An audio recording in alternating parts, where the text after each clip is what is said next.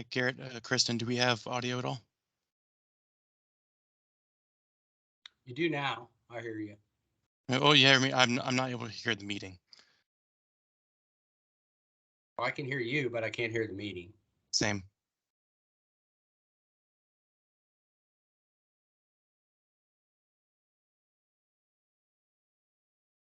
Chuck, can you hear the meeting? Oh, I cannot. Let me see if I can get Diane on the horn.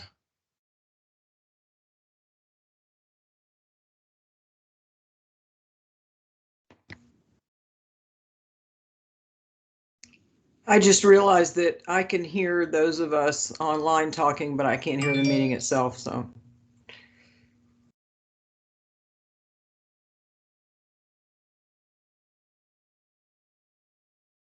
Could anybody hear me? Somebody? Yes, yeah, I can I hear hear you, you. Lisa. Okay.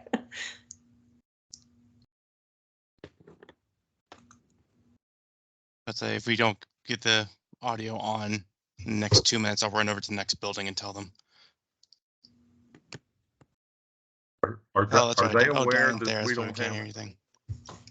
Is David aware we don't have audio? Hi, we're aware. Sorry, we're trying to figure that out right now. Okay, perfect. I was Yeah. I was worried that I'd have to run over to the next building and tell y'all.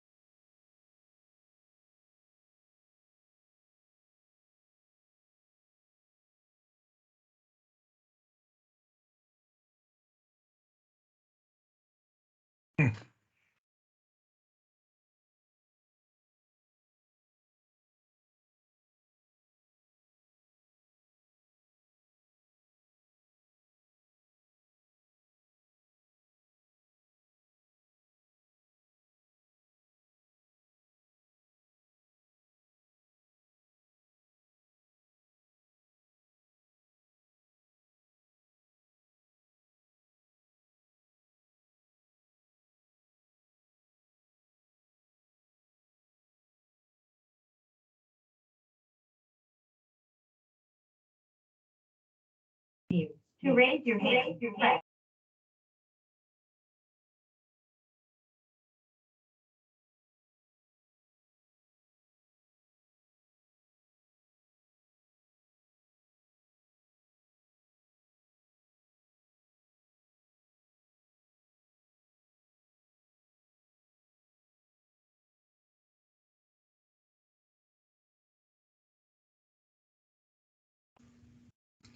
Okay, somebody said that I should try talking, so I'm trying to talk now.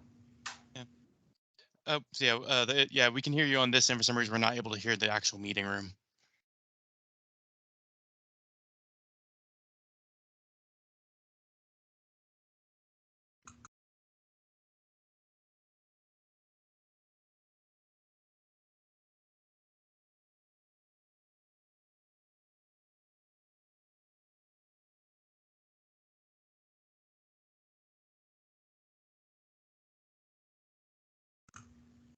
This is just a crazy thought, but do people in the meeting room need to make their mics live for us to hear them? Not sure. Kristen is in the room itself, so I think she's trying to figure it out. Okay.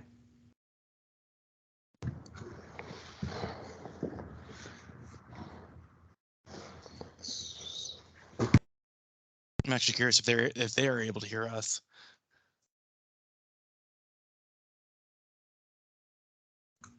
It doesn't look like it. Now, about to say, judging by Diane's reaction, she's not reacting to us.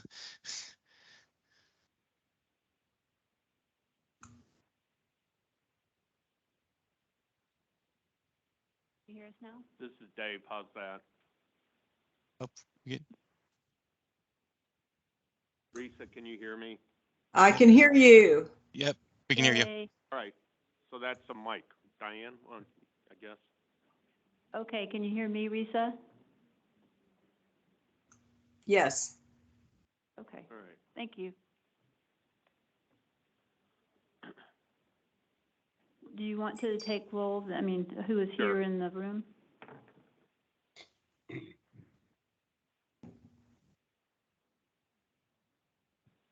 morning, Megan Hinson, BPS Section Manager in the Waste Permits Division. Ana Yeras, Municipal Solid Waste Permits Section. Garrett Heathman, WPD Tech Specialist.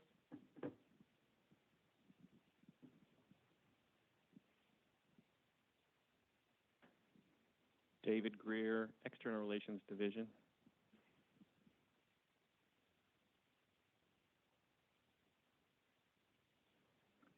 Larry Lane, Texas Disposal System. Frank, then MSW Permit Section.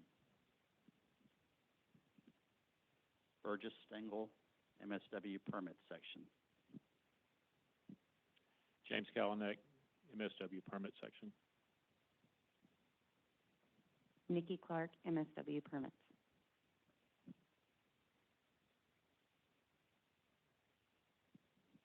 Kimberly Dowdy, Texas Association of Regional Councils.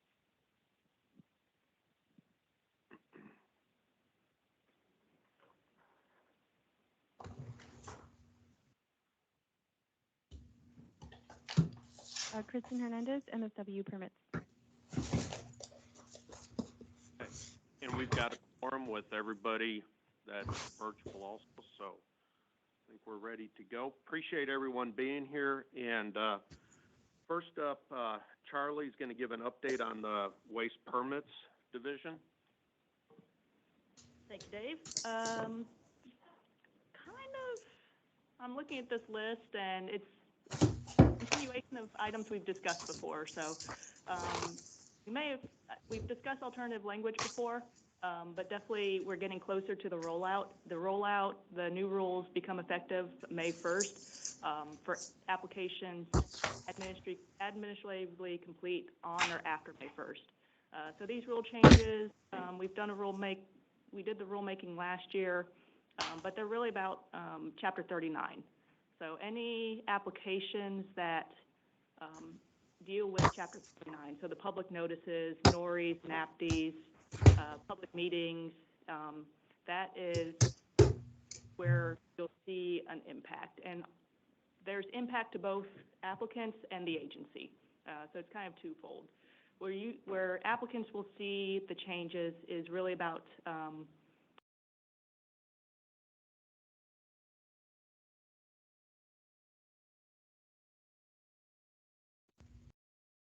I lost the audio. I did too. Oh, what happened?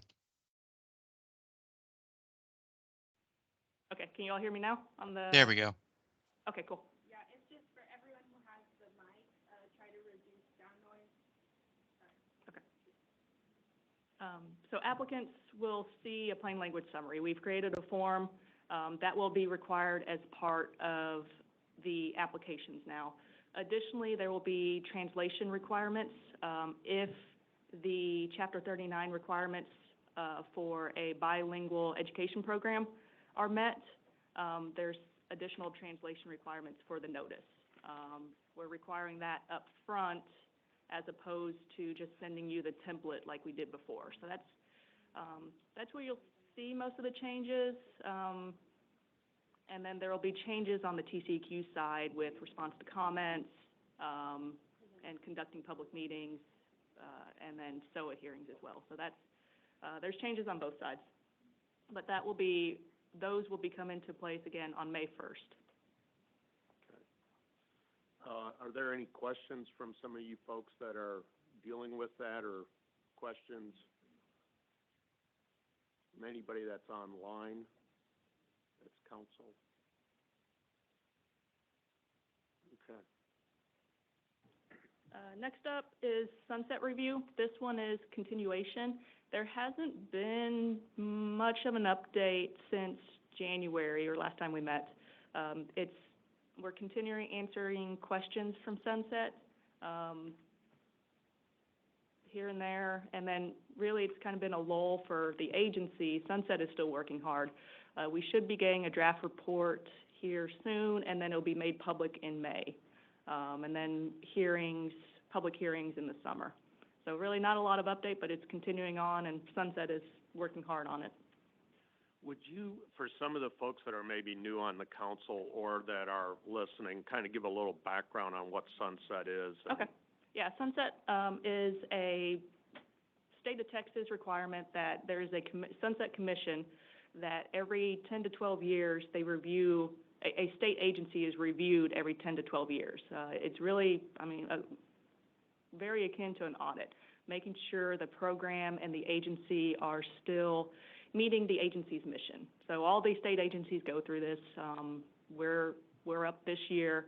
They've come in and reviewed the entire agency. So looked at air, water, waste, enforcement, legal, administrative services, looked at the budget, but it's entire agency review to ensure the agency is still efficient, is still, and still meets the goal of the agency. So that's what, it's a review of the agency. They've looked at waste programs, the entire Office of Waste, waste permits, MSW, IHW, asked a bunch of questions, looked at our rules.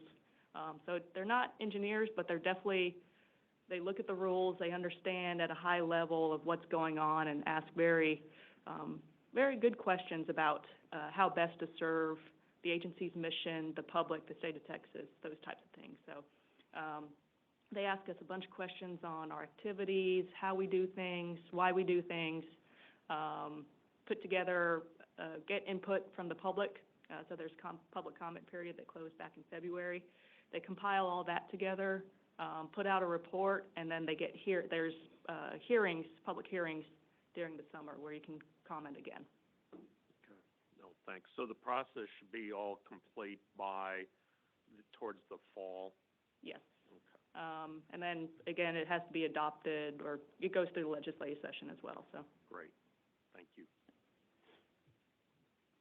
And then last up is the MSWRRAC resolution. Right now, tentatively scheduled for the May 18th agenda. It's going through internal agency review and document creation, then agency review. But that one's tentatively scheduled for May 18th. Backup would be, I forgot to look when backup is. If you folks remember at the last session, we went through and we ended up making drafting the resolution to support, the use of the, yes, no problem. Encouraging and supporting the use of the recycling development study developed by Burns and Mack. How's that? Okay.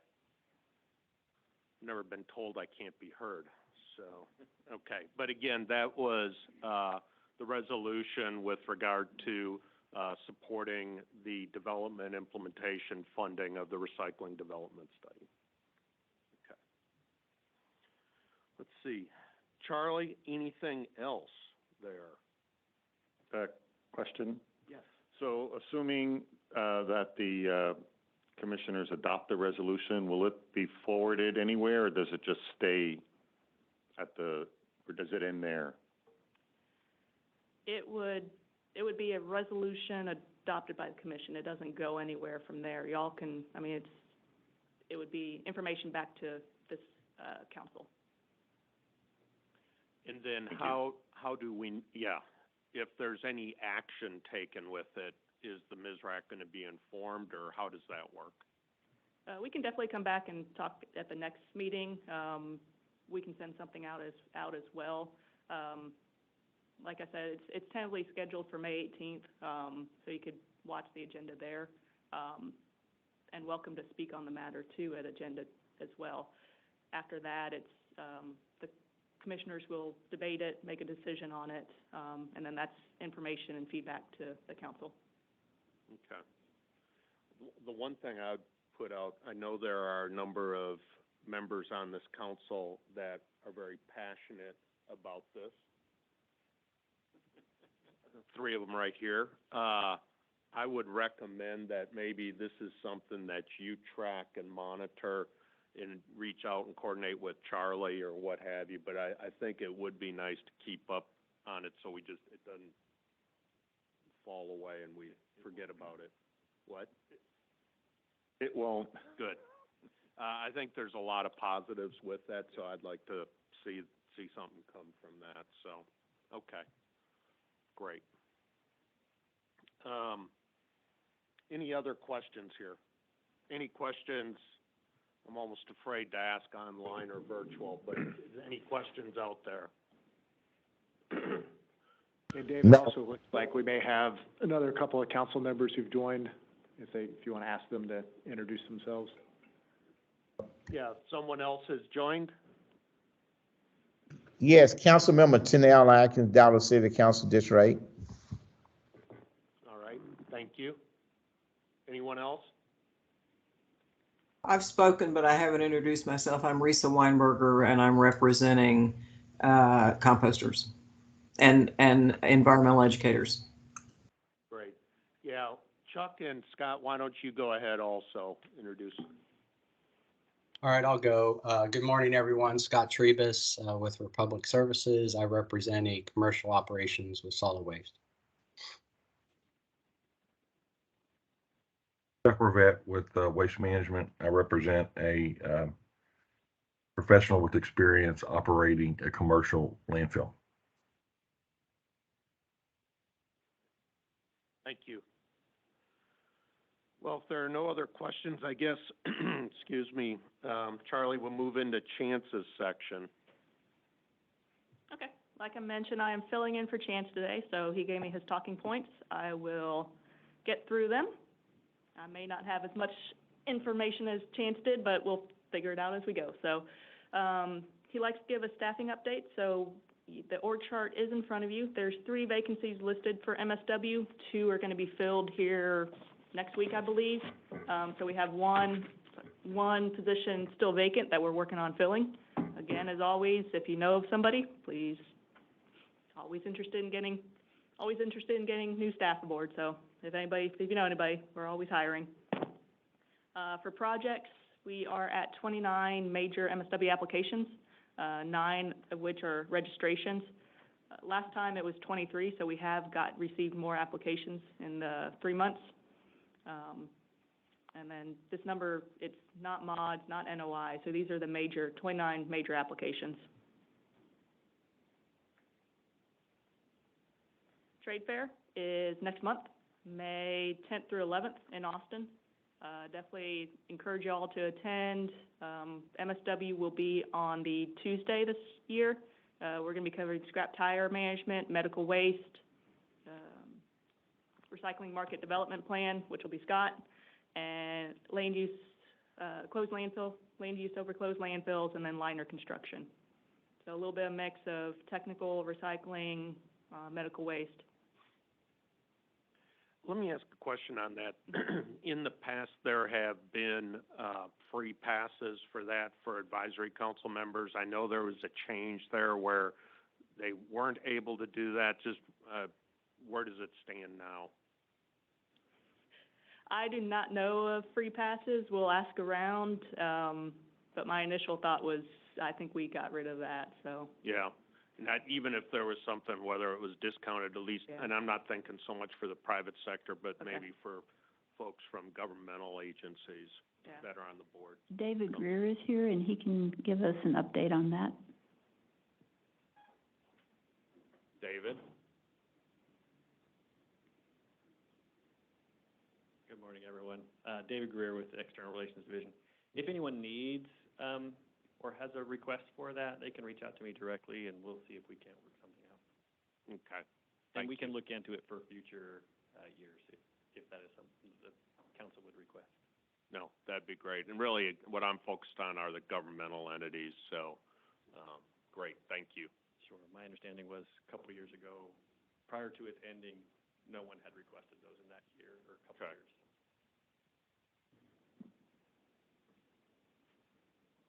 Okay, moving on. We do have some new guidance coming out that was published, so is out. It's for qualifying for arid exemption for small landfills. It is out on the TCEQ website. And so it was kind of a combination from various informal guides that we had that we combined, or yeah, there's two. So we had two guidances and we combined them into one about qualifying for arid exempt. So what, and I know this isn't your area, so, but what's changing with regard to arid exempt? No, okay. We will, Chancellor, we'll pocket this one and have a better update next quarter. Yeah, that's fine. It mainly was just combining the documents. It's not necessarily a change. Change, just Yes, we had two consolidation. documents, and it was more efficient to put them into one. Great, thank you. Thank you, Diane. And then special waste request, we did update the form to make it fillable and a little bit more interactive to make it easier to fill out. So definitely if you know special waste requests, if you're making a special waste request, please ask them to use the new form. It definitely is a lot easier to fill out, so that's what we were looking for. Also made an update to the Part 1 application, making email address mandatory. That just helps us with our communication on NODs. We are moving to electronic, and that helps a bunch with just speed and efficiency, having that information instead of having to reach out and ask for it. So it is a required field. We will be making additional updates with the Title VI, the plain language summary updates coming up as well. And then we did, from the rulemaking, the NOI rulemaking that happened late last year, we did an update to the form to correspond with that, to kind of coincide with the rule change as well. So those are our form updates and guidance document updates. Okay. Charlie, the email address comment, is that on the, I forget the name of the form, but roughly the 6 or 8 or 10 page form? Is that what you're referencing where it's now requested? It's the Part 1 application, so it's TCEQ number 0650. Okay, thanks.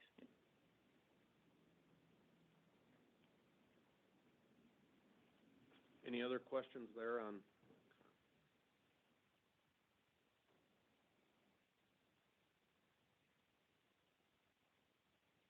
Okay, so moving on to rulemaking.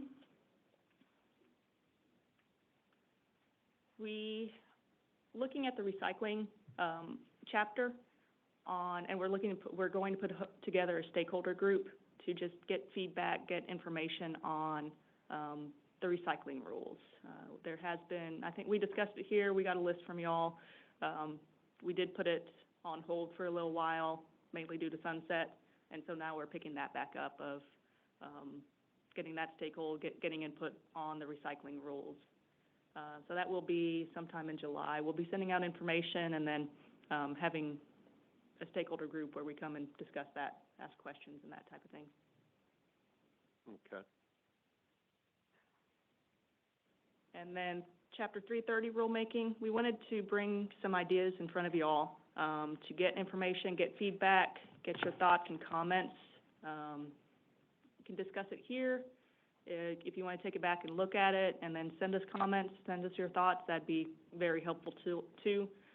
But just looking to get some changes into Chapter 330 that are, I call them minor, but they're really, we're hoping non-controversial, but just some updates to help everybody out. So it's a range from public participation, some public participation changes, and then some technical, more operational changes as well. So I'll run through the list. You all have it in your documents there.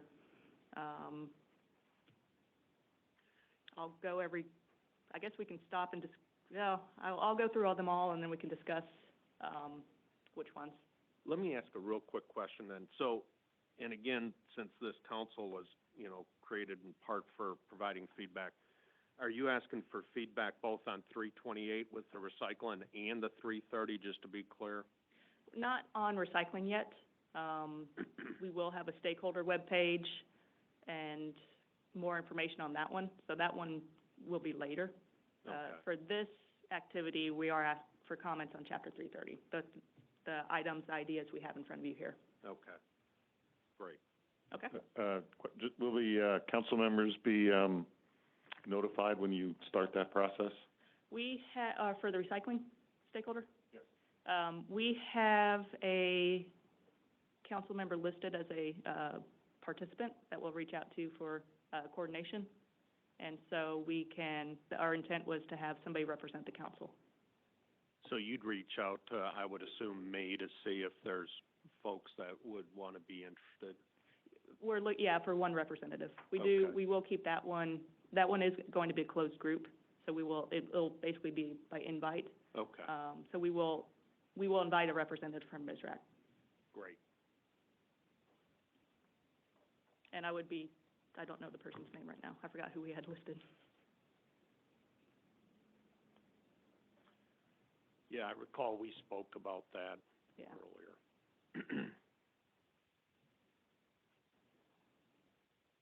Any other questions before I go down the list for 330? Nope.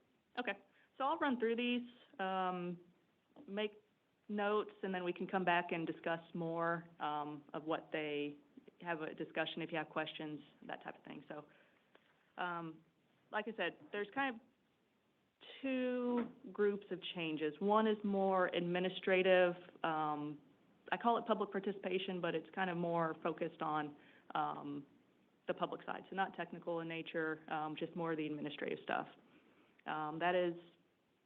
The first thing we're looking at is, again, looking at the electronic, moving to an electronic nature. So removing the paper requirements in chapters 305, 326, 330, and 332. Aren't going to say electronic, but just remove that paper requirement to help us give us that flexibility later on to move to an electronic world. Second up is requesting a complete copy, a clean copy of the technically complete application. So at the NAPD stage, having the applicant send us a complete copy of the application where it's not original NOD1, NOD2 on top, it's just a clean version. This is for the public to help them out review an application. We're looking to expand the language that currently applications are required to be posted. The application notice documents are required to be posted at a public location, typically a library. We're looking, since MSW has the web page requirement, also requiring those notice documents and draft permits to be posted on the web page as well. And then last kind of administrative one is looking to talking about removing the aired exemption for posting. That's not the right way to say it. Removing the exemption for web page posting on the aired exempt landfills. So currently, arid exempt landfills don't have to post their application on a web page like the type 1 MSW landfills do, or where the non-arid exempt. So just looking to, we did that way back in 2006 when typically arid exempt is for small cities and counties. So just kind of, internet has expanded a lot since then. So that's kind of where we're looking to expand it to all landfills now, all type 1. So those are kind of the administrative ones. Now looking into the technical, more technical and operational ones is, and I'll kind of run through these quickly. So one, we have conflicting rule language, or I guess this is 5, conflicting rule language on used oil filters, where they can be accepted and disposed under specified conditions. So fixing that conflicting language. 6, we're removing some language, revise the rule language to require the applicant to specify volumes. That's currently missing in the rules. 7. Can I ask a quick question? So, tanks and containers, as far as for storing materials, are you talking oil there, or are you talking, what materials?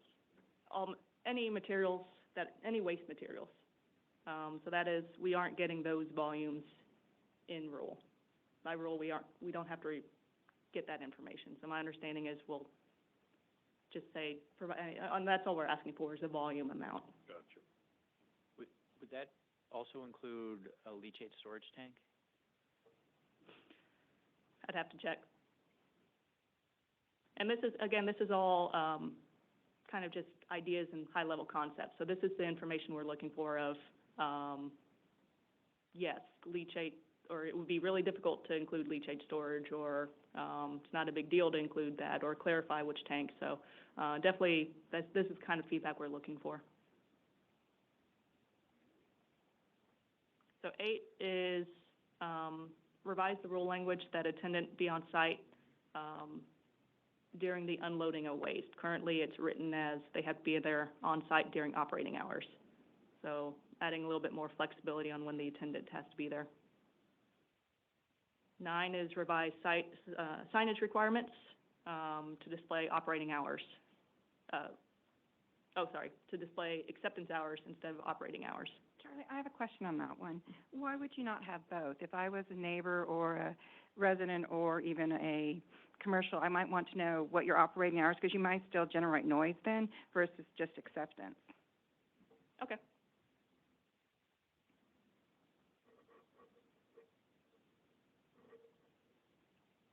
And that's something, yeah, definitely, I guess we'll be taking notes of this, and so we'll take that into consideration.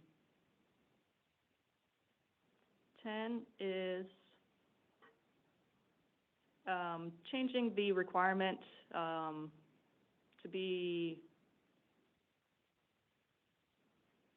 remove the methodology of litter pickup, more just focus on the requirement of picking up litter.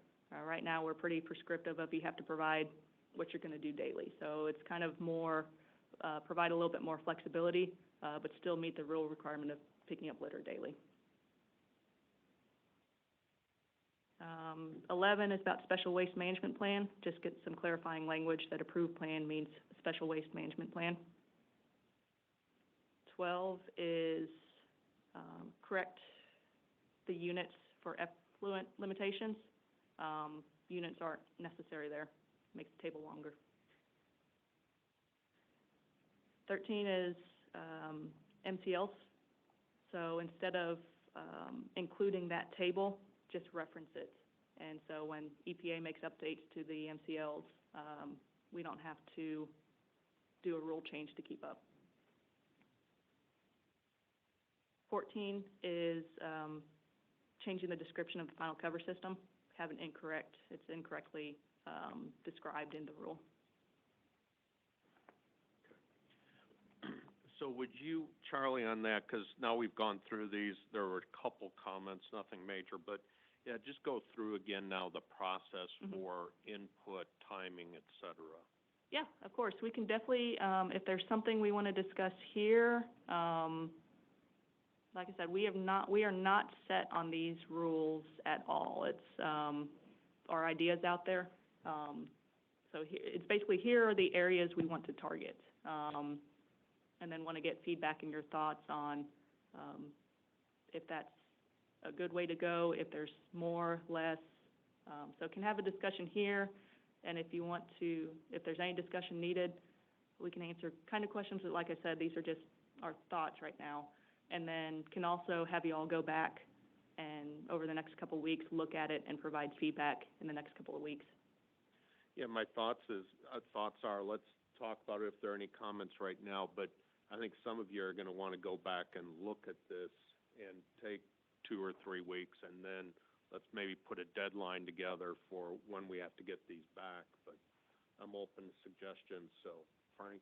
Sure, Dave, Charlie, I just have a couple of comments, and I'll follow up with an email just so we can make sure we get it memorialized. On number 1, I'm not sure if that's exactly where it sits, but the requirement for all the documents to be reproducible in black and white copier with PDF and, CAD systems today. We can do a lot more with color than we could 10 years ago. What else? Number 2, if we're providing a copy of the technically complete document throughout the NOD process, we might end up with a lot of revision numbers on various pages throughout the document. Consider maybe being able to reset the revision number to something else at that point in time so it's clean, and going forward after the permit's approved, you won't have, you're making a revision to revision 9 of a page when there's a revision 1 on the next page, just to make that kind of uniform. And then another suggestion, again, I'll follow up in an email, on 330, 341D relating to interim status reports. I think it's a little unclear that the ISR is required for an entire liner system, because it states that the constructed soil liner must be covered by protective cover in 6 months. And a lot of what we do for ISRs is evaluating erosion and damage to the protective cover system. Which number was that last comment for? 330, 341D. Okay. That's just an extra one. Okay. Jeff, did you have anything you wanted to add there? No, I was agreeing completely with Frank about the numbering scheme. I would recommend or suggest that it gets reset to 0 when it's technically complete, revision 0. Chuck or Scott, any comments out there?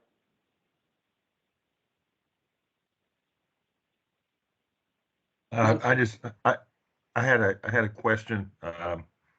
Currently, transfer stations and processing facilities like grease and grit trap are all lumped into one rule, and it creates some confusion on things. Transfer stations have one need and other processing facilities have another need. Is there any way possible to put a little bifurcation to that?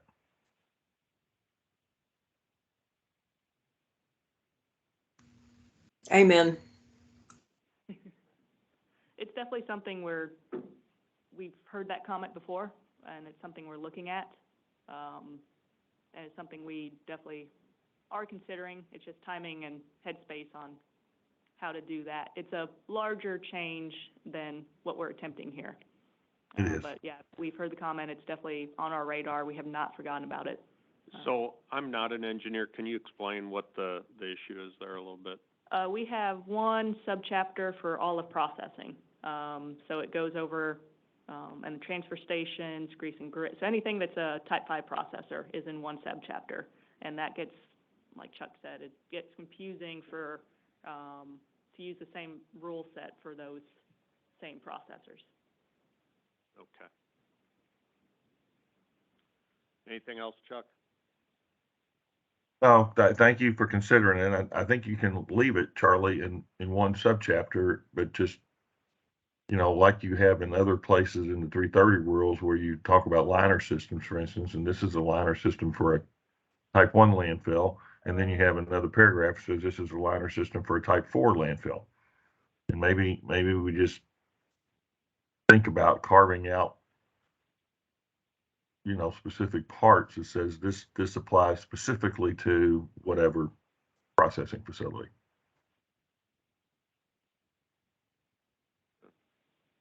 Yeah, if you can you write that up in an email? I will definitely give it a shot. Okay, Yeah, awesome. thanks. Risa, anything there? Just that I agree with what Chuck just said. You know, it's a little rough lumping tires with composters. Mm-hmm.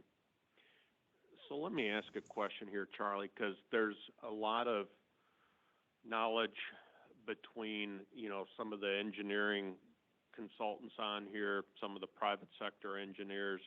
I don't know, I think Texwana might have some interest in this. So what would be the best way? I mean, who all do you want to get feedback from on this? Is it just advisory council? Is this something that should, you know, be mentioned to the Texwana folks? You know, I'm just looking for a little guidance here. How much input do you want? Right now, we are just at the, high-level concept. We're trying to find a ballpark to play in. We still have, this is not even in the rulemaking realm. So we are trying to figure out if we need to go to a more formal stakeholder group, like the recycling group, where we get a little bit more, cast a broader net and get the other groups involved. If we can go straight to rulemaking and then get comments during the comment period. So that's kind of what we're doing here, is just getting an idea of what the next steps will be.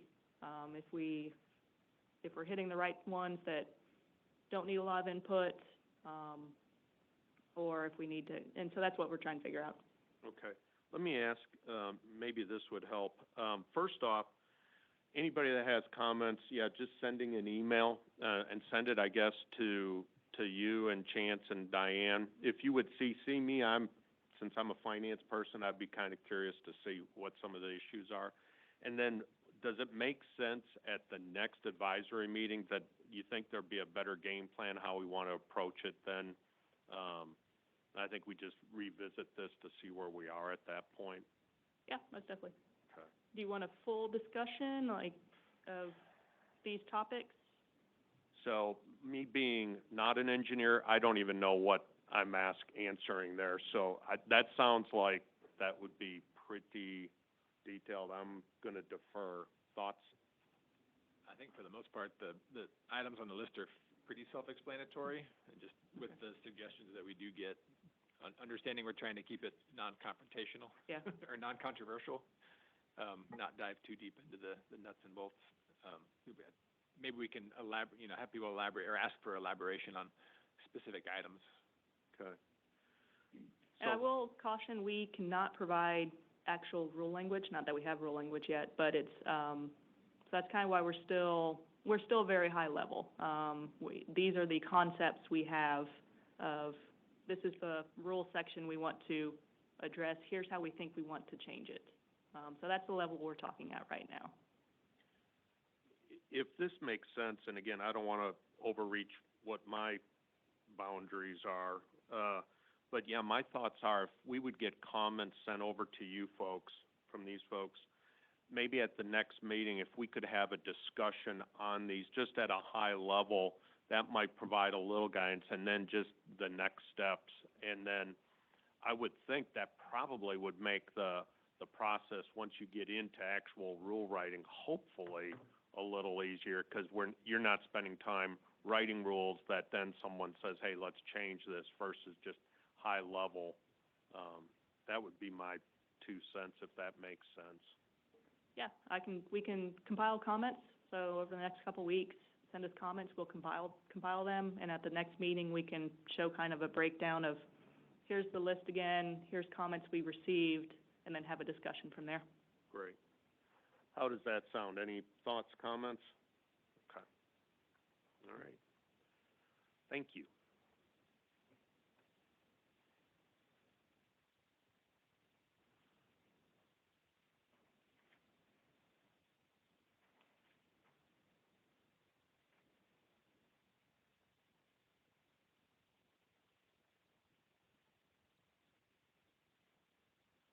Okay, and moving on, at the last meeting, we discussed kind of what the roles and responsibilities of the council were. And so that's what we put in the package was Health and Safety Code 363. This lays out kind of the statutory requirements for the council. You can see the composition, so that's kind of what we do on the applications, and then getting members approved through the commission. And then going down, you can see the duties in 363.046.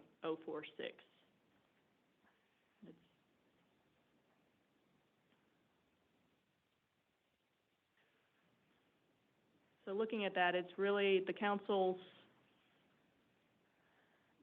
input, review, discussion on solid waste activities, municipal solid waste management in Texas. And so policies, information, discussion, data on policies, the MSW program within the agency, and how the agency can better facilitate and manage the MSW program.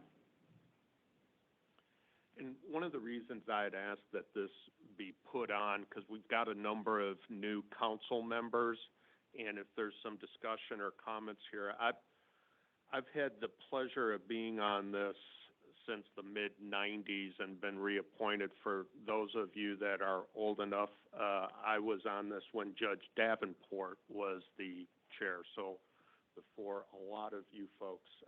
But I got involved because of full cost accounting. But to me, there are certain meetings, these quarterly meetings that may, there's not a lot going on, but there's other meetings where I think, for instance, when we have rules and getting some input, both from the public sector, the private sector, we've got to have rules, but have those rules as clear as possible. I think one of the benefits of these types of quarterly meetings are to have those discussions, have discussions on things like the regional plans, what's occurring there. We've got a topic here on something near and dear to my heart is closure, post-closure. That's coming up here pretty soon for some folks. And so it may ebb and flow from meetings, but I think this is a good place for us to be able to provide feedback to hopefully make, TCEQ's job easier, not harder. But that's just my 2 cents. I'd be curious what other folks think, what their experience has been with this council, and, if there's anything we should do different from that standpoint. Or if I summed it up perfectly, you don't have to say anything.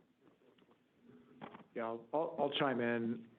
And Charlie, I appreciate you putting this on the agenda and providing this background information as far as the duties. And I think the context of this came up, whether it was at the most recent meeting or one of the preceding meetings, was just the fundamental question of what can we do or not do as a council, and who can we communicate with on more of a formal basis, right? And so I think that, as Charlie pointed out, that's definitely discussed in 363.046 under duties. And so I think it's, and just in my lay reading of this, pretty clear in terms of, what we can do in terms of making recommendations to either the executive director and or the commission as spelled out in items 2, 3, and then 4 and 5.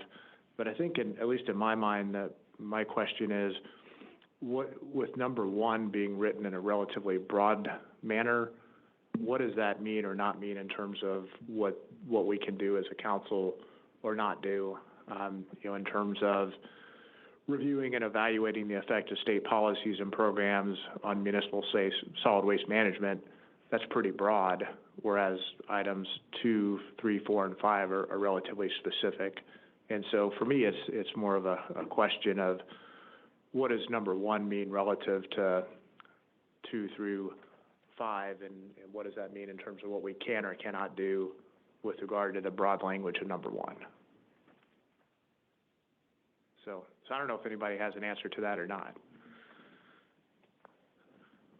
My answer to that is I think that's something this council should discuss amongst themselves, or not amongst, but with y'all, is what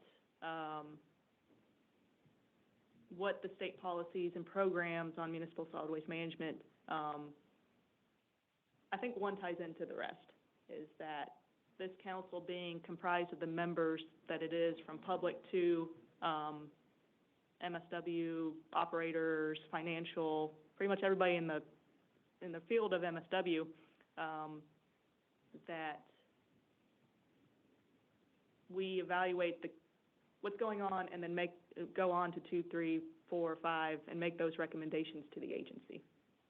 So really, I think one is for y'all to how best serve, and that's the purpose of this council too, is to serve the agency in the sense of helping us make good decisions on how to implement the MSW program. Yeah, and I think honestly, just watching this over the last 15, 20 years, we can do resolutions like we did most recently, but I think, just my opinion, that where we add the most value in things like these rules 330, where you can provide input, in my opinion, I think that's where we have the most impact. Because honestly, I'm not trying to sound jaded here, but we can put a resolution up to the commissioners, but, you know, something may happen, it may not. But I think with staff working with them on rules, you can have a big impact. So, anyhow. Any comments? I slightly disagree. I do think for number 4 about the planning fund, I think that is something that's very important. So it's just not the technical rulemaking, but some direction that way. I do have one question though. On number 3, when it says make recommendations regarding legislation, I thought that the commissioners didn't offer legislation, then I was at the Texas legislatures, not the commission. So that's when I wasn't sure what recommendations we would make regarding legislation, since the commission doesn't actually propose new laws. We do not propose new laws. There is a process that we don't use it a lot, but we can recommend legislation. It has to be picked up by somebody, but the agency does have a process to request legislation to help the agency help the agency out. Okay, thank you. And Cheryl, your comments duly noted, so thank you. Remember, I represent a planning region. Yes, yeah, that's fair. Okay. Any other comments here? Okay. Let's see. Anything else, Charlie? Nope, unless y'all have questions for me on agency-wide stuff or section, division stuff. I actually do have one more thing. So I'm just starting my second term, so I guess this is year 7 for me. But I do appreciate the TCQ letting us offer comments and being very receptive to everything. That it's a really good partnership amongst the council and the TCQ staff, and we do appreciate that. Thank you. And yeah, we want to know how we're doing. And that's the only way to, comments is how we do it. So definitely good and bad, let us know. Okay, thank you. All right, next up, and I guess we'll let Cheryl keep her mic on. We're going to move to Regional Solid Waste Management Plan updates. All right, good morning. Good distance, Kristen, Mike, operator. My name is Megan Hinson. I'm the BPS section manager. Y'all may have seen me talk about tires and now regional plans, so just going to give a quick update on regional plans. We have 22 in-house out of 24, so we're really excited. We have 2 more pending. A lot of good communication between the TCQ staff that are reviewing the plans and the COGS. It has taken longer. I think I said that last time. I think for the COGS and for the TCQ staff, these plans only come around every 20 years, so the staff are learning and the COGS are learning together what to look for and making sure all the rule requirements are met. But they're great plans and got a lot of good information that can be used, for the next 20 years. We have 6 that are pending to go to the commissioners for approval, and we're looking at midsummer to get those going to the commissioners' agenda. And we'll let the COGs know that are going to be part of that group of 6 when the date is set. And we're still aiming that all plans go to the commissioners before December 2022. Y'all may remember that these plans do have funding tied to them, so we want to make sure that they go through the process and get full approval and adoption. A quick question. I believe at the previous meeting, there was, if I remember correctly, the intent was not to bring, like, at a particular commissioner's agenda, if like there were, I'll just use a wild number, 10 plans ready.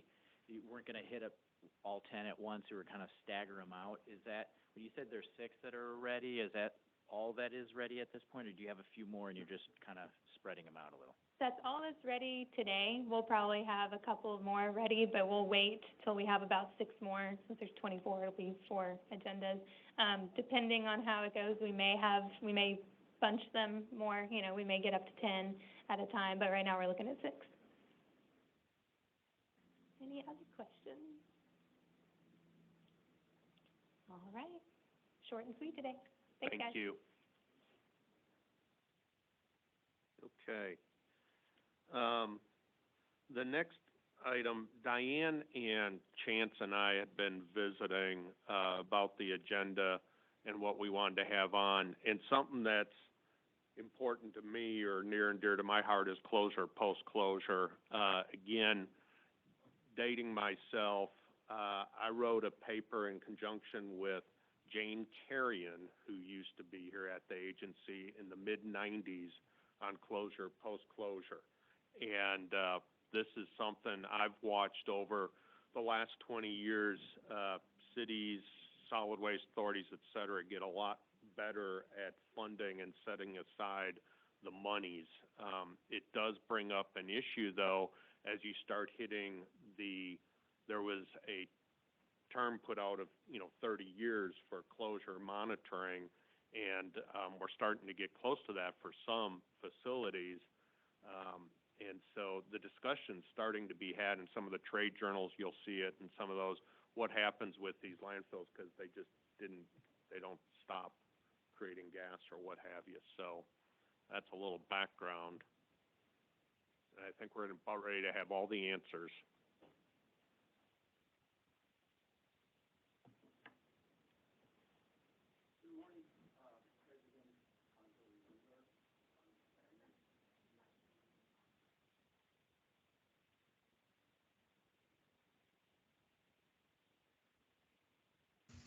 I'm sorry, we can't hear you.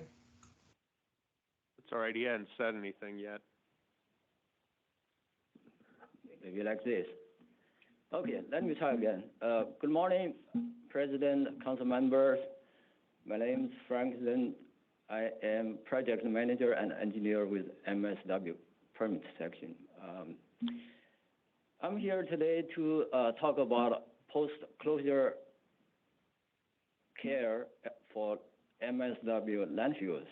I feel fortunate President had a previous experience and even wrote a paper on this issue.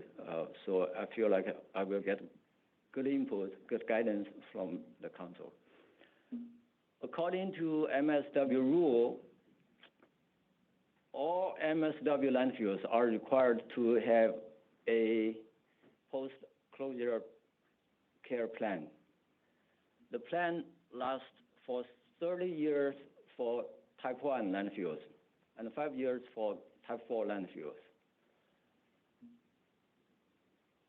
At the end of the minimum 30-year post-closure period for type 1, today we will be focusing on type 1 landfills. The permittee is required to submit a certification signed by a professional engineer to verify everything has been done in accordance with the post-closure plan. And the landfill is ready to exit the PCC.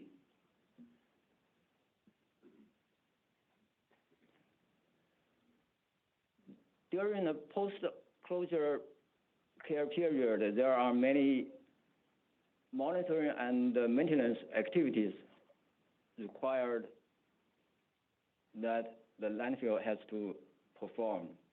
Here are 5 major ones.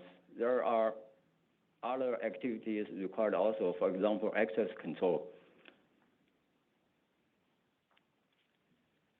During the PCC period, just for example, a landfill is required to continue the groundwater monitoring at a typically semi-annual frequency and report the monitoring results to the TCEQ.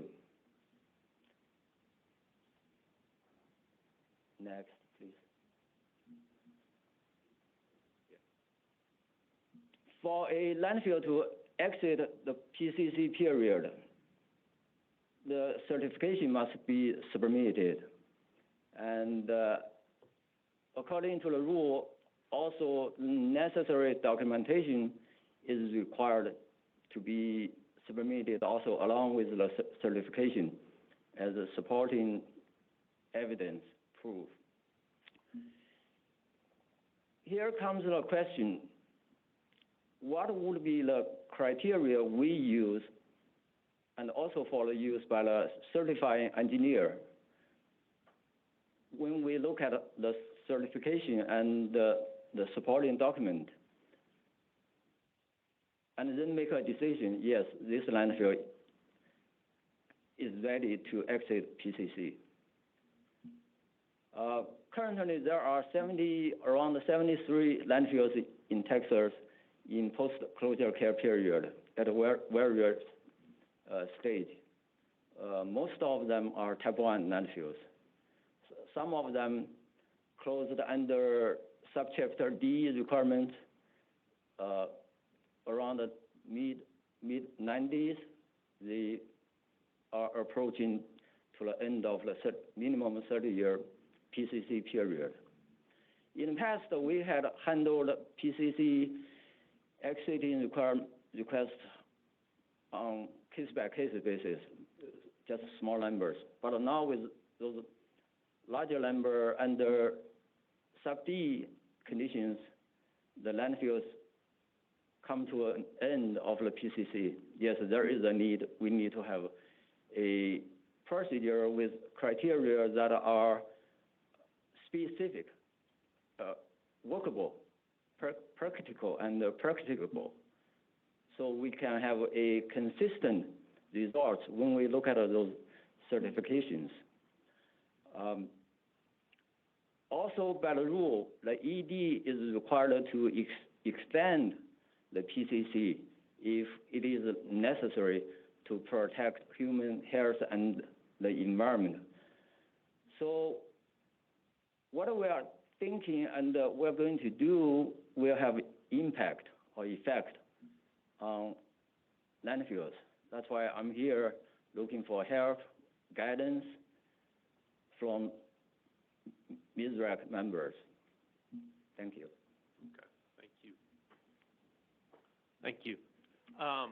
And why don't you stay there, because we might have some questions, but I just wanted to put this out first of all, because I'm not an engineer, so you guys can correct me where I'm wrong, but if you've got a landfill and you've got different cells, you can you can do final closure on on a cell or cells, and the clock starts on that portion of the 30 years, correct? I think this is Scott. No. Sorry. You still have 30 years of groundwater monitoring after you lock the gate. I think it's just a means of spreading the cost of installing cover. Yeah. So. Hey, Go ahead. Yeah. So if they're contiguous, the clock would not start. So we have several landfills that we've capped. We've got the closure documents approved that we cap that portion of the landfill, but it's contiguous to the existing or open.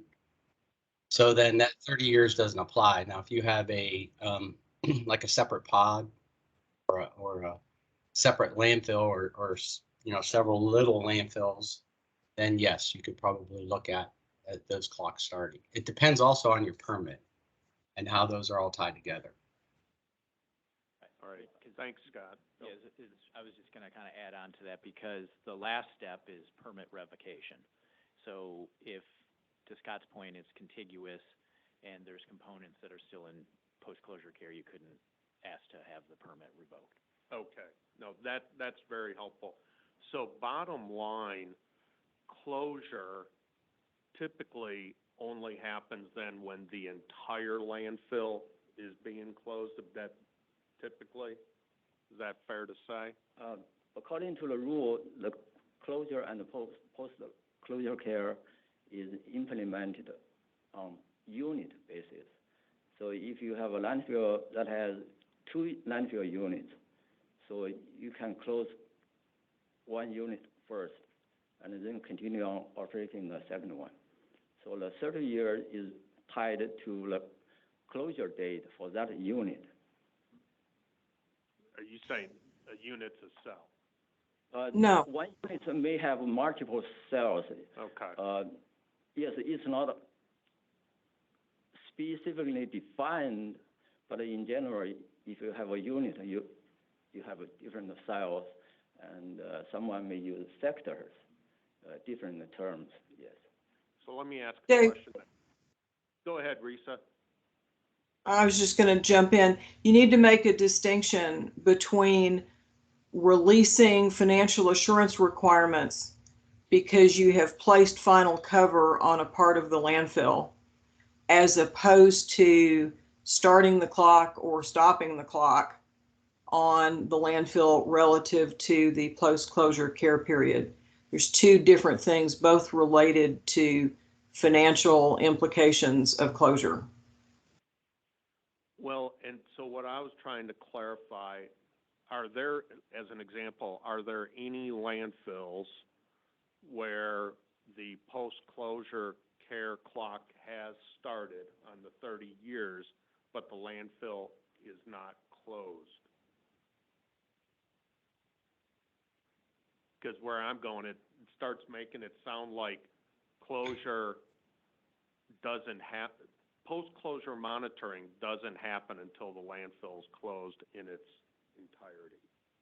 Then, I mean, I'd love to be wrong here, but yeah, we don't have any of those that you described. You don't have any? Yeah. No, I mean, none in that situation, no.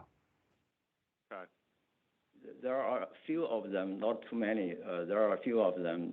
They may have closed 1 unit and continue on working on the other units.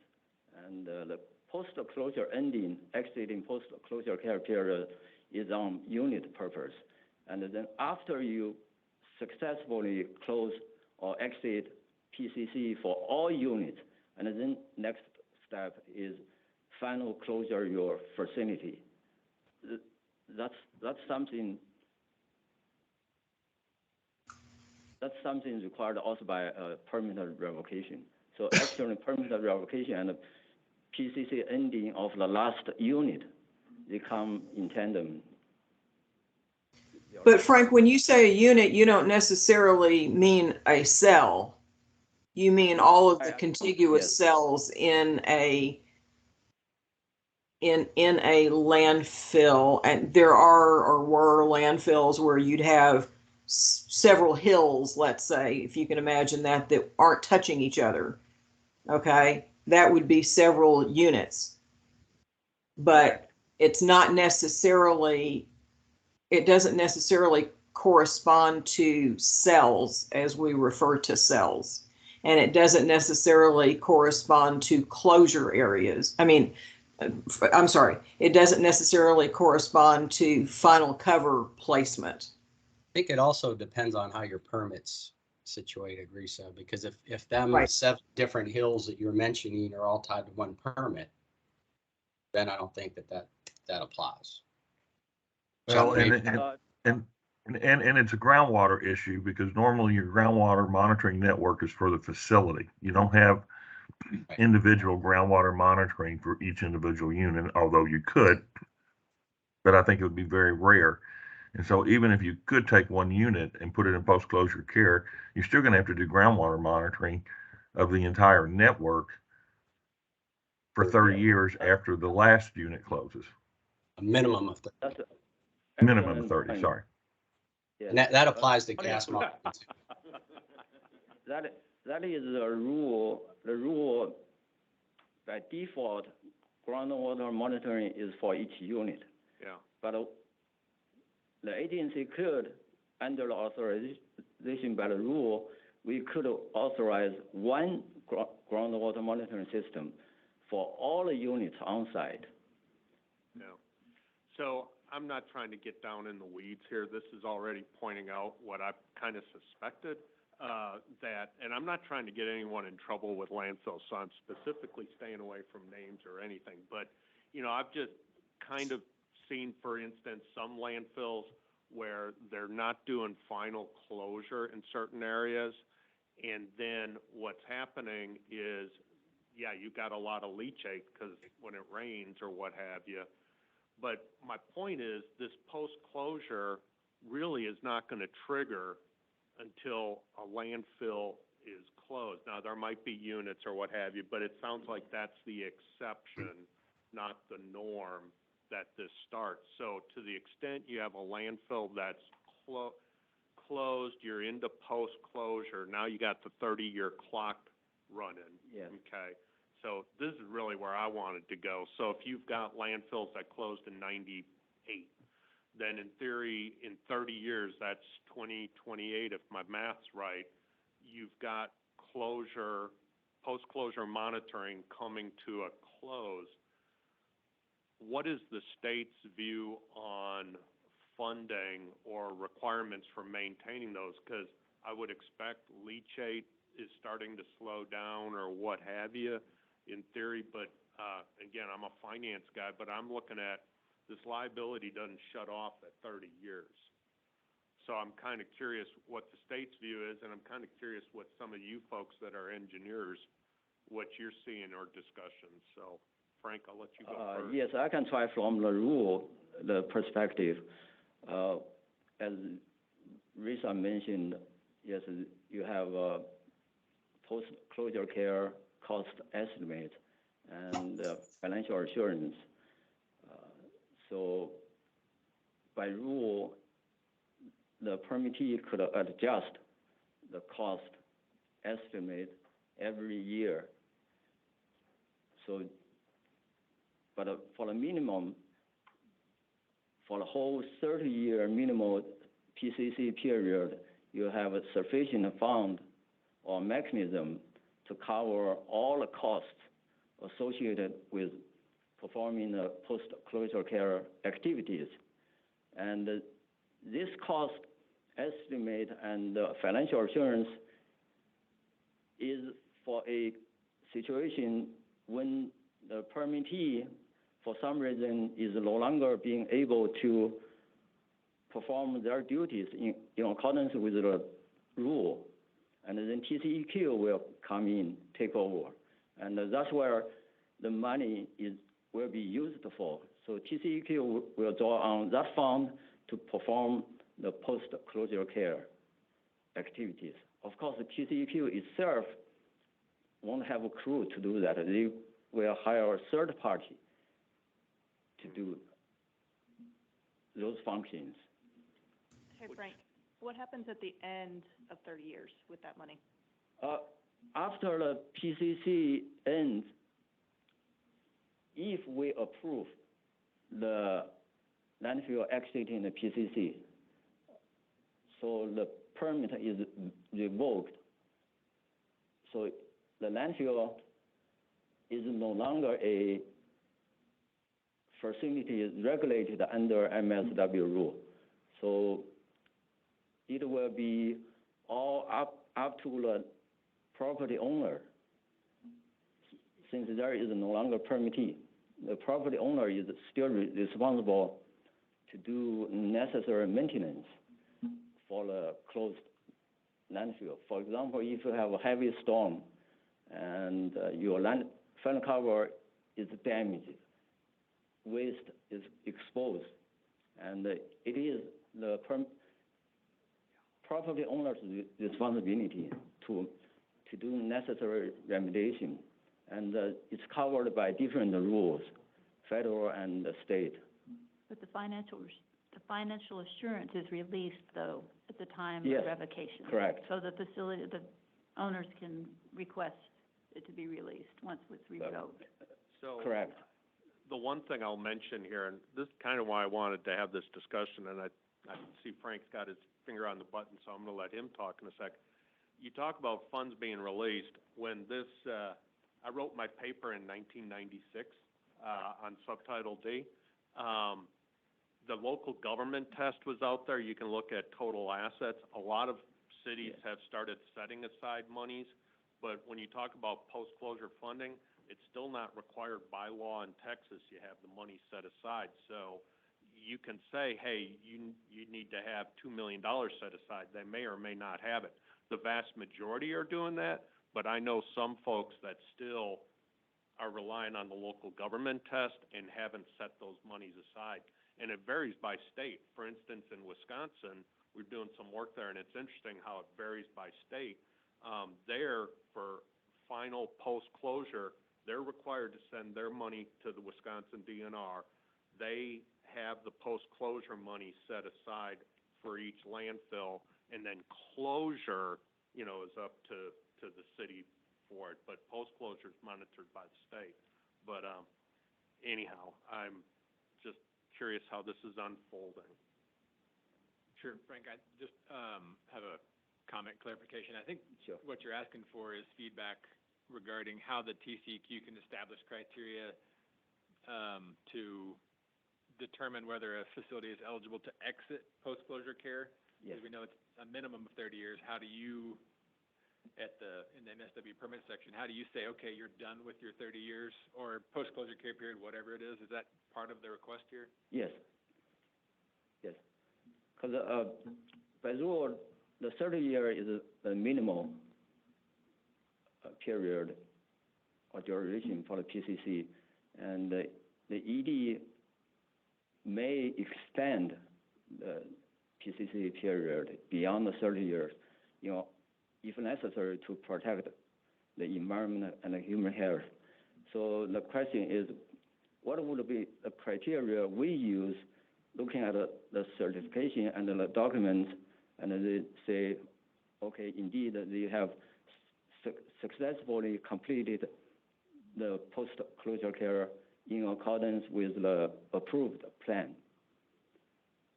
The rule is general. It doesn't have a specific language in there. Right, yes, I think we all would appreciate on the TCQ side and the owner-operator side some clarity on what do we need to do to demonstrate that we've satisfied the rules at that point? Yes.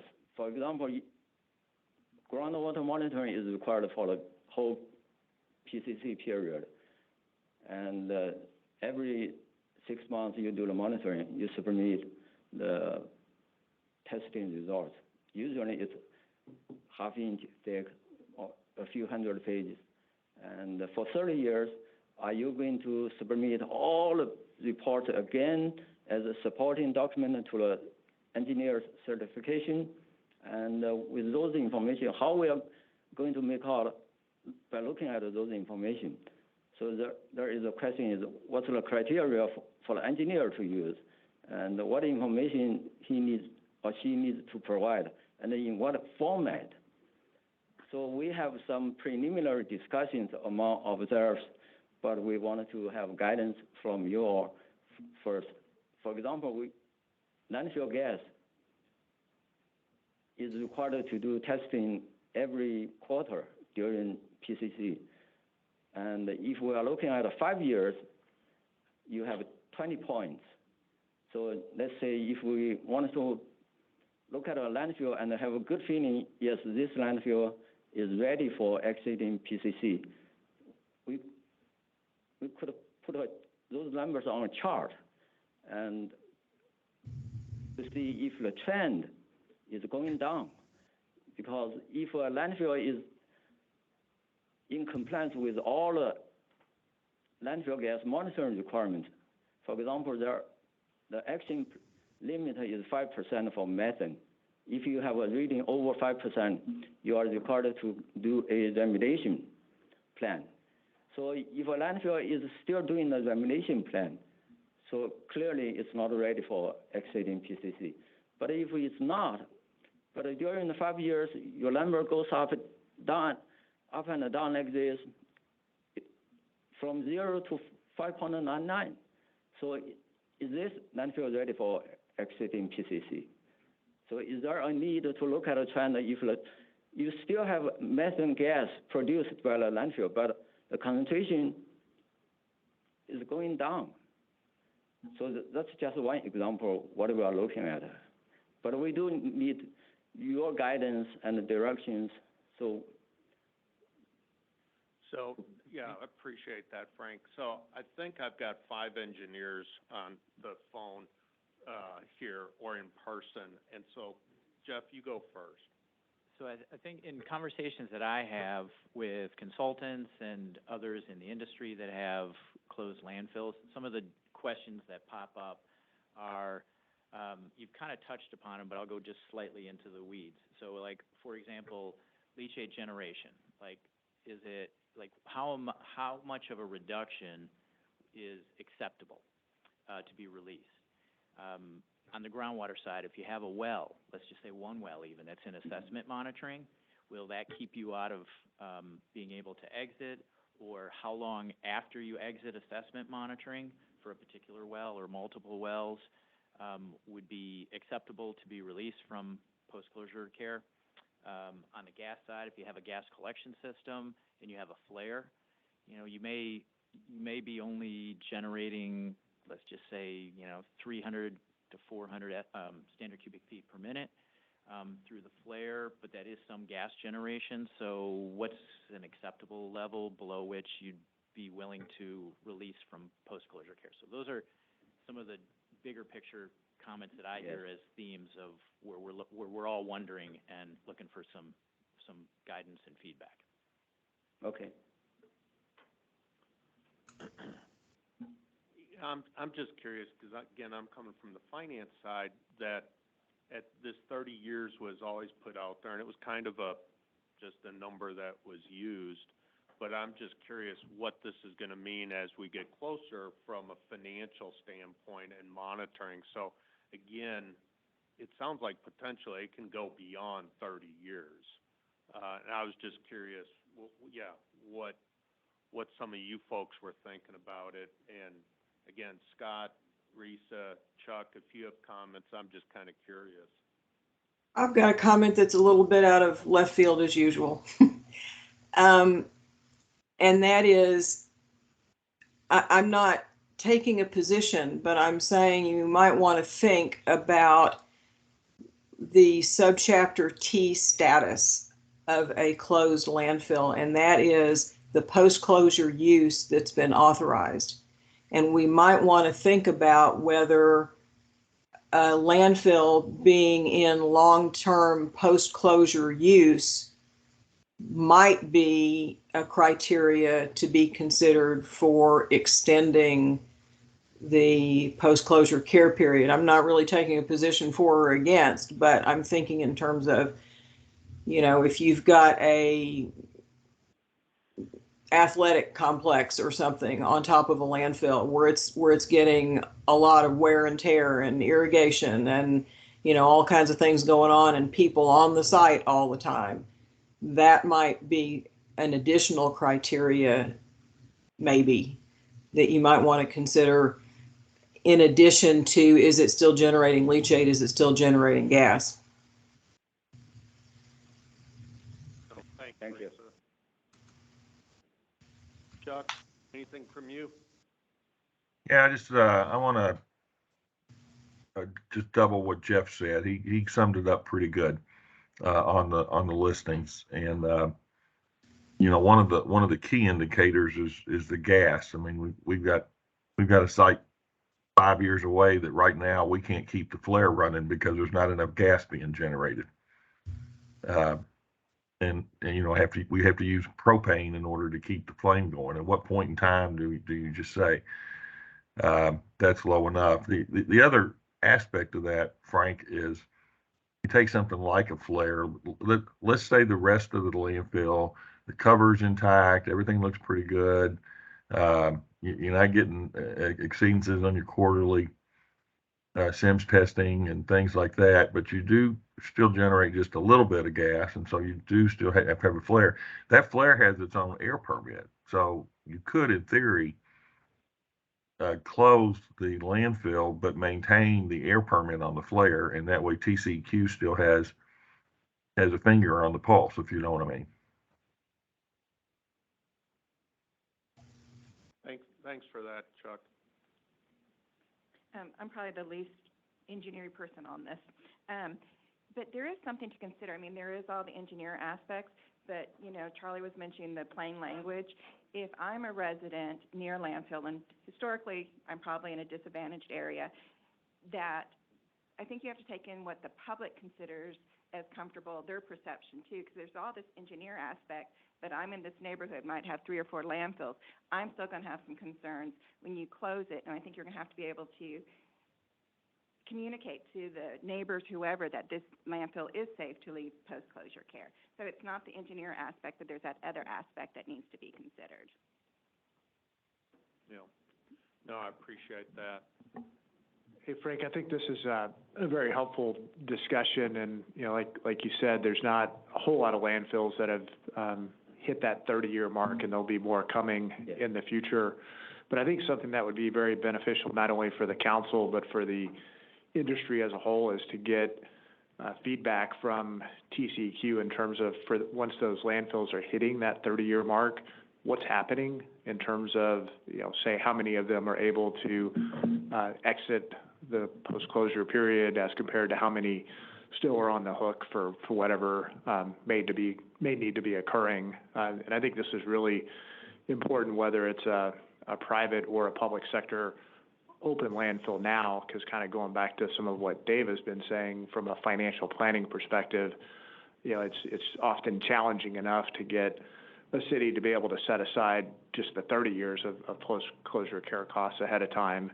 But if there's going to be potentially a need for that to extend beyond that, getting some of that type of information going forward would be very beneficial.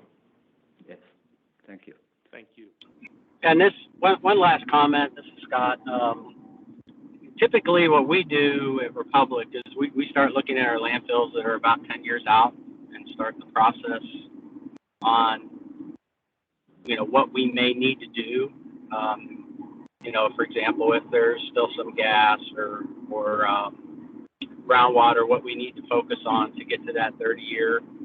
I would say, to Reese's comment, the one thing that I would say against that, extending post-closure care based on, if you put an athletic facility, or let's say, for example, a golf course, you're going to prevent people from wanting to do that if you're going to extend the post-closure care for that. Because it is pretty expensive to care for a landfill, do all the monitoring, every year for 30 years, and then if you go and you do a community project, and then you, let's say it gets increased by another 15 years, you just got to think about what that does to the financials also.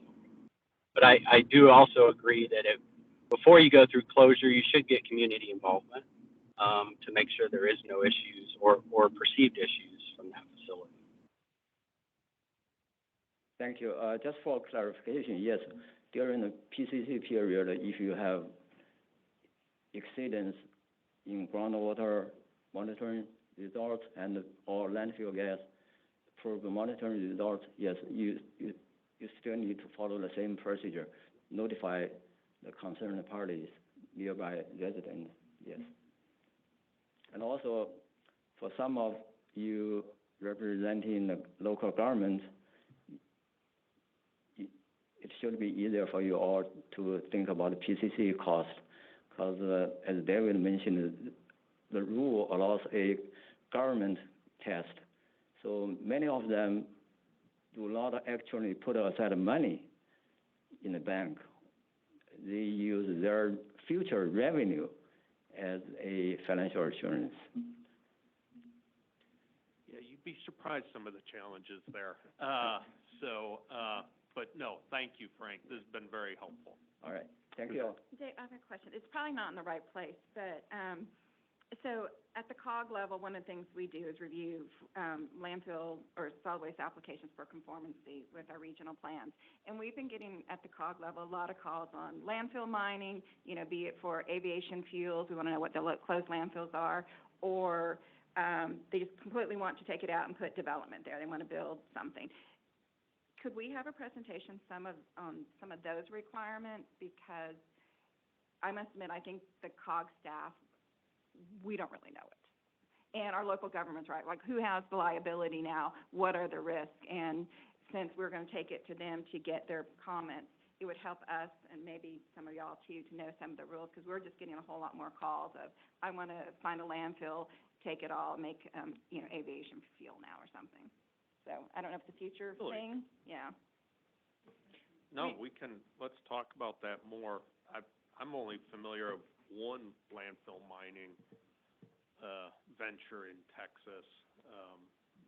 I don't know for the other COGs. I think North Texas is getting them, but we're getting them from, they're tied into our land use responsibilities for our transportation side, and they're wanting to take this landfill up and now make it a housing development.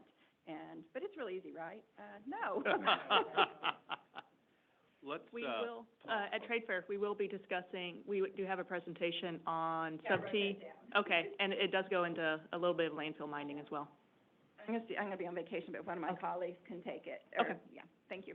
Well, and if we can make a note, that might be one he can just reuse it. Yeah, do it again. Us. Yep, okay. Any other questions for Frank? Is there, oh, go ahead. Sorry, Richard. Yeah, just one comment. I know SWANA and the National Waste Recycling Association have done a lot of work into performance-based criteria for closed landfills. So I think that may be another option that you all could look at to maybe get some ideas on what the criteria could consist of.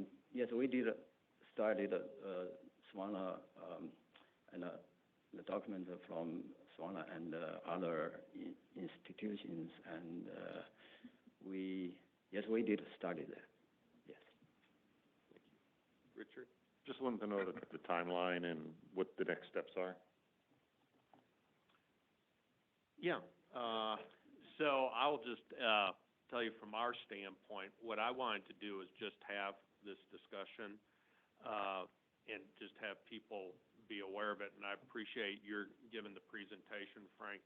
And Charlie, I want to make it clear, I am not proposing that the state have a post-closure fund for landfills here in Texas. But I just wanted the issue brought up because I'm starting to see this out there. And again, I wanted to get clarification on closure, you know, the post-closure, when that clock starts. There aren't many there right now, but it will be coming. And I think discussion on the criteria of when you can exit is very informative. So honestly, I have no action plan on this. I just really was education, unless you have a recommendation. No, it sounds like TCEQ is looking for input on some of that criteria, and they're going to have to modify rules going forward. And what's Frank's timeline on that? Maybe I missed that. Are you looking at rule changes on that? No, at this stage, we are not looking at a rule change yet. We are looking at getting input from you all and then develop a criteria, a guidance, like a regulatory guidance. We will publish it, and then it will be used for the permittees, consulting industries, and for MSW staff when we look at it. When we do receive exiting PCC request. So that's something we need, yes. Even we have one landfill requesting exiting PCC, then we need to have a guidance to follow, just for consistency, yes. Sure. Yeah, this one doesn't, well, probably won't require rulemaking. I don't see how it will require rulemaking. The PCC rules are there and instructs the agency executive director on when to end post-closure. So what we're looking for is a guidance document, like Frank said, of here's the criteria that we need, that we expect. So it'll be a regulatory guidance document. So what Would it be a good idea to maybe do shareholders meeting and, you know, kind of set up a group to try to look at that guidance or what we're, you know, what everybody's thinking of there? Because, you know, the rules are vague and the, you know, each landfill is kind of unique. So it might be good to have something like that. I'm not suggesting like the water balance cover, but something similar to maybe a little bit smaller scale than that. I don't know, all the engineers are chuckling on that one, and I'm just sitting here straight-faced, so I guess there's a history. It is something, yeah, well, and that's kind of what, I mean, looking for feedback. If this is another thing that's definitely value y'all's input, but if the input is we need to go larger, we can definitely take that into consideration, go larger.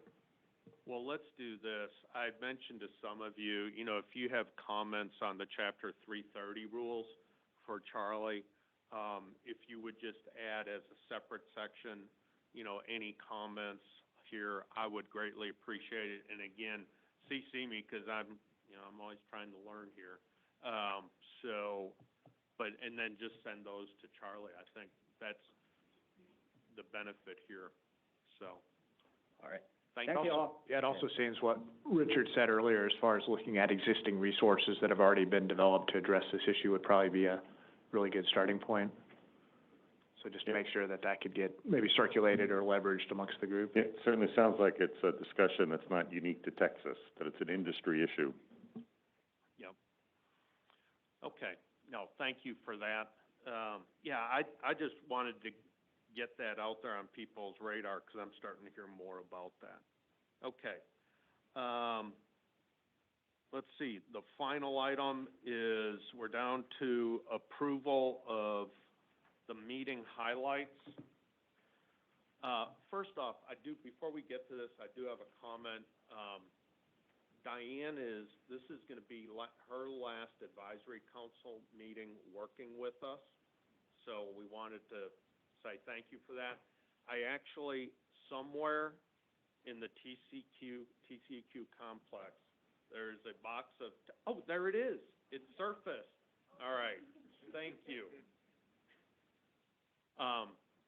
Diane, we appreciate everything you've done for us over the years. And so it's thank you, and do not share those cookies with anyone. That was the first thing I was going to say. I was going to have to open up and to share. Don't do it. I wouldn't do that. But seriously, thank you. Yes, well, I appreciate that. I really, it's been a privilege to be a part of this group, to facilitate the meetings, to assist in meeting your needs. But I'm passing the torch off to some really good staff. Anna and Savannah Anna will be assisting Chance with the meetings, you know, getting the meetings. So you'll be getting emails from her. And this year, she's been in the back there. I didn't get her introduced, but Savannah Raines is in the back handling. Logistics for the meeting, as we've experienced this morning, even though we did test, we spent a couple hours over here a couple weeks ago trying to figure it out, but that's the way it goes. Anyway, but we always get through them, and I've always appreciated your patience and with handling, with working with us, and on this. And I continue to look forward to y'all having that success going forward. I will be around. I'm just being tasked some other duties, and I believe I started with y'all in 2011, working with y'all. So again, I really appreciate your time and attendance, and always the feedback, very responsive. So Thank you. Well, thank you. Okay. Well, I'm glad we found those because we were searching. Thank you for finding those because they were wandering around somewhere. I was just hoping and they were in this building. So, okay. With that said, then we have to approve the minutes. And I don't know if you've had a chance to review them. I've reviewed them. All I found was one minor typo, and that's it. So, no, that's it. And I can't even find it anymore now. Hold on. Page 3 of 3, under the MSW operating licensing exam, the last full line should be a subject matter expert versus experts. That's all I could find. Do I have a motion to approve the minutes? So moved.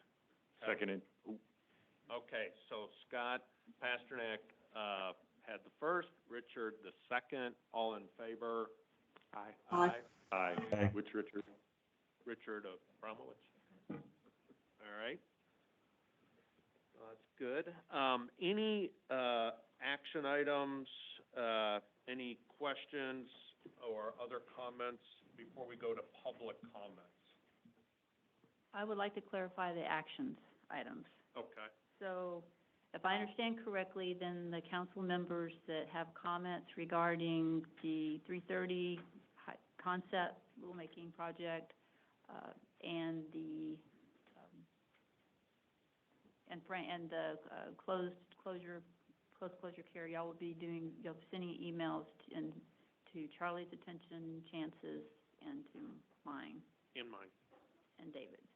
And you'll probably will try to get that to us within the next couple of weeks. Correct? Okay. Yes. I think, and then we'll try to have the discussion to add to the agenda for July meeting is the subchapter T requirements about the use over closed landfills. I believe that's what I had marked. That's what I have. And yeah, I mean, that's the environmental trade fair presentation. Let's just have it again here. That'd be great. So, thank you. Okay. So that's what I had for the action items. I do actually hear, before we go to public comments, I did have one question that I had for the group, and I was told this is where I could bring it up. Diane said I could do it here. I have a question for you folks. We have a city that we were talking with that they recirculate their leachate.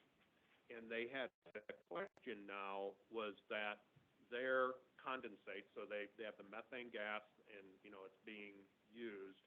But their question was whether the condensate that they're collecting in a tank, can that be recirculated in the landfill as well? Because right now it's going to a wastewater treatment plant.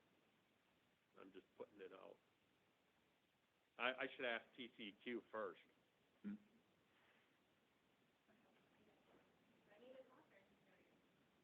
No, you need to talk. So I just answered this question for another city. It's in our subchapter U rules. It's kind of hidden. I would think it would be, don't quote me exactly, but it would be 330.991, I believe, where we talk about leachate and condensate being used. The big thing is not contaminated water. And that's when it gets a little tricky because contaminated water in the definitions does say leachate, the condensate included, but not contaminated water. But yes. Okay. So subchapter U 330.991 approximately. Yeah, so chapter 330, subchapter U, rule citation 330.991. And David, it also is dependent upon what your permit says. Because you can commingle your condensate and leachate, and sometimes when you pull leachate out of a gas well, you're pulling both. So it all depends on if your permit allows that also, or if it's clear. Thank you. Yeah, David, it has to be written in the SOP for the process for leachate and condensate. And I think the 991 is in the standard air permit section, and you're limited to 100,000 gallons a day, which is a lot. Yes, if it's generated at the facility, you can recirculate it at the facility. The other caveat is that the rules currently say it has to have a composite liner, not an equivalent or alternate liner. And I think that's something that maybe in the future, a lot of facilities, where it's clay poor in the west, don't have a composite clay liner, and they would like to recirculate because there's very limited disposal options sometimes when they're far away from a POTW. Okay, thank you. Any other last comments from the advisory council? Okay. This is an opportunity if there are any public comments. We have any public? We got one public. Yeah? Okay. No comments? Do we have anything from the phone line? No, there are no hands raised or anything. Okay, thank you, Sam. All right, then our next meeting will be scheduled for July 14th.